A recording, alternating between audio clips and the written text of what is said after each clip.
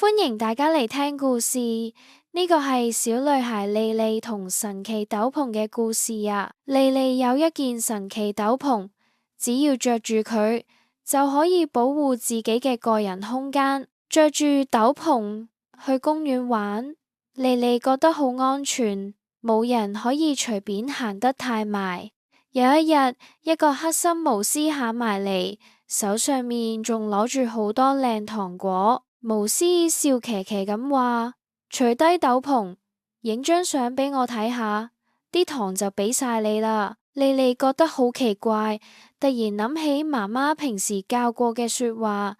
媽媽話過，如果有人想睇、想影或者摸你嘅私人部位，佢就係壞人。莉莉好勇敢咁大叫唔得，然後即刻撳響身上嘅警報器。警報聲嚇到巫師即刻走佬，附近嘅大人都跑埋嚟幫手。記住啦，遇到呢啲壞人都要勇敢 say no，搵大人幫手呀。